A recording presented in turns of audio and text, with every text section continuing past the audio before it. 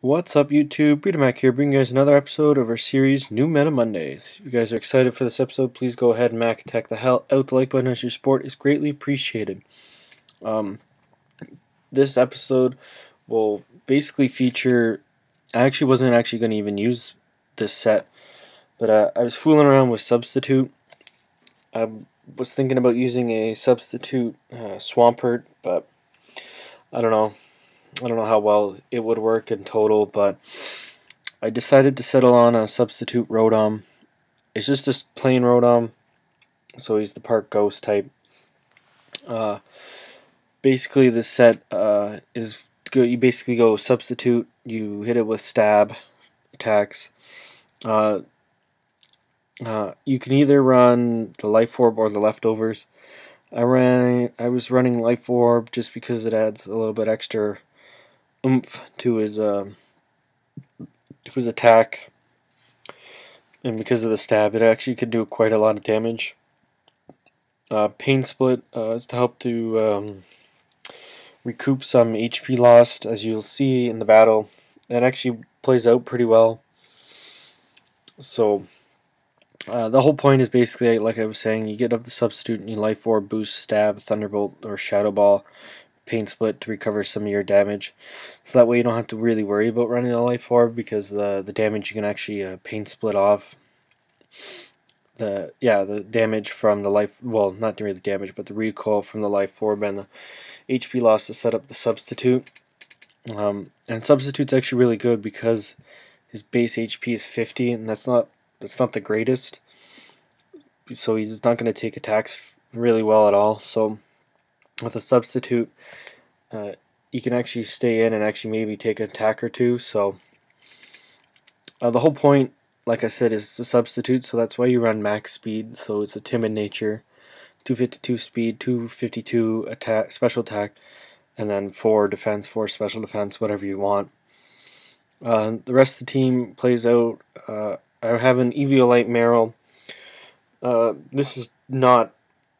I do not recommend this for OU, but maybe UU, you might be able to pull it off. But probably RU, NU, PU, NFE, and one of those tiers, you could actually probably pull off an Eviolite Meryl actually probably pretty well, because he has a base HP stat of 70, which is pretty good, especially for a lower NFE. The only ability is huge power. Obviously, Eviolite's going to boost its defense. So I was going through the set. I put Waterfall. Looking back, probably should have had Aqua Jet on here somewhere. I would recommend playing around with this set a little bit if you want to use it. Try to figure out what the best moves are. But some sort of combination of this plus Aqua Jet, I think, would actually probably be pretty well. EVs again on this are pretty standard.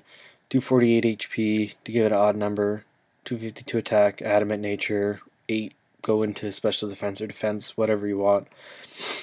And with Eviolite plus max HP, he's actually probably going to be able to tank hits fairly well, especially in the lower tiers. But he's not. I would not recommend this for OU.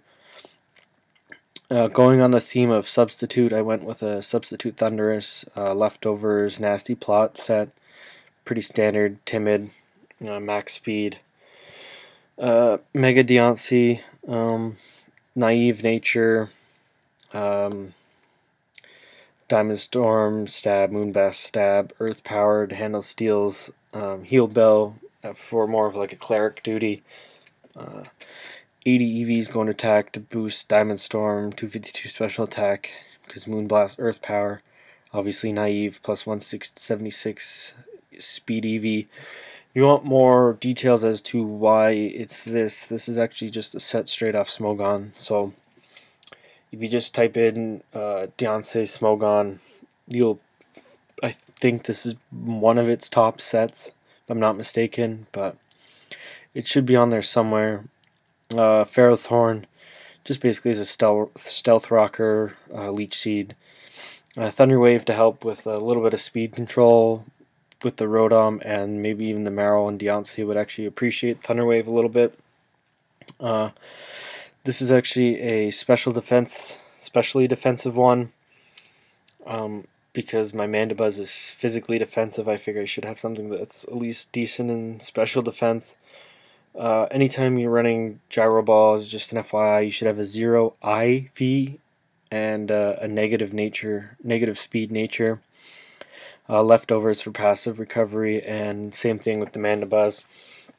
Like I said, physically defensive, basically is a defogger. Again, if you want to know why these EVs are set up the way they are here, just go on Smogon and you'll be able to find it there. So if you give me 1 sec, I'm going to get the battle up and ready for you guys, so just hang on. Alright, so we're back here now with the battle. I'm actually on the bottom now, as you can see. Last time I was on the top. I don't know why it does this, but I look at his team. I'm not really going to be doing a team analyzing his team and picking leads. I'm basically just going to go straight into the battle, just so we get into a point where I'm just going to turn down the volume a little bit. Because this is more about just showcasing the Pokemon itself than it is about the actual battle itself. I didn't realize this was a Mega Sableye. Honestly, when I see a Sableye, it's hard to tell what it's going to be. So obviously I get the taunt bounce back at me, which is fine with me. But I know Sableye is weak to Moonblast, and it can pretty much take it out all by itself.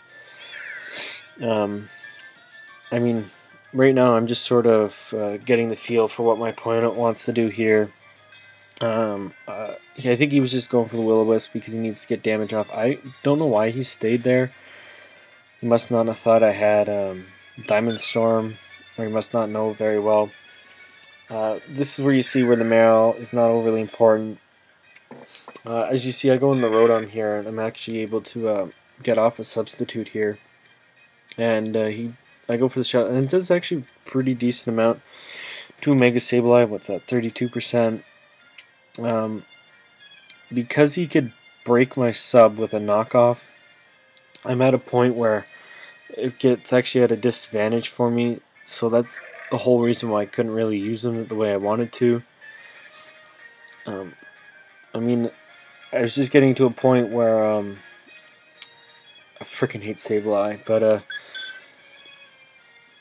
I'm just trying to get to a point where I can bring it back in and on something that may not be able to break his substitute.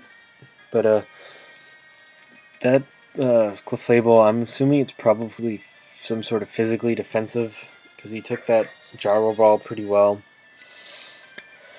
Heal Bell just to get off the burn off my Ferrothorn.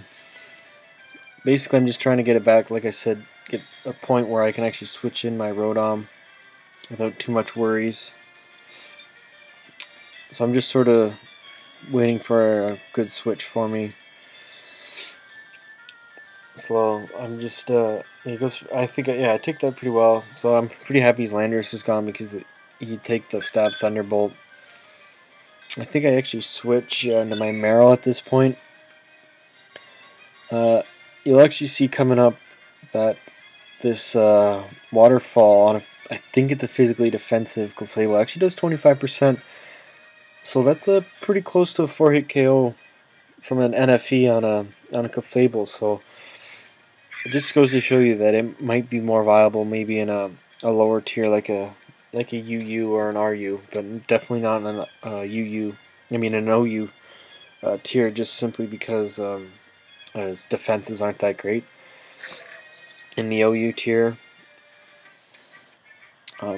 So I can, yeah, what was I doing here? Oh, I was just trying to get my rocks back up, which I thought was actually pretty important. This Clefable was just pissing me off here. So I'm just trying to bring it down to a point where I can take it out. Yeah, this is when I switch into my Rotom here. I go for the Pain Split while he Moonlights, so I'm actually pretty happy that he went for the Moonlight. So you see 2 Pain Splits took me up from, what was I at, 20% up to 80 or 90, I think. So I mean, every time he Moonlights, it's basically making it better for me. I think what's that? Yeah, I go from 14 to 44% on one pain split. I think that's pretty good. Basically, at this point, I get into my thunders. I think I set up one nasty plot here. I think he goes okay. He goes for the knockoff. He gets off my leftovers. So I'm fine with that because I'm not life orb boosted, so I don't have to worry about it. And I pretty much sweep from this point on. Uh, so as you see, the Meryl itself in the OU tier, probably not very relevant, but definitely in a lower tier it could be. And that substitute Rotom set I think is actually pretty good at doing what it needs to be done.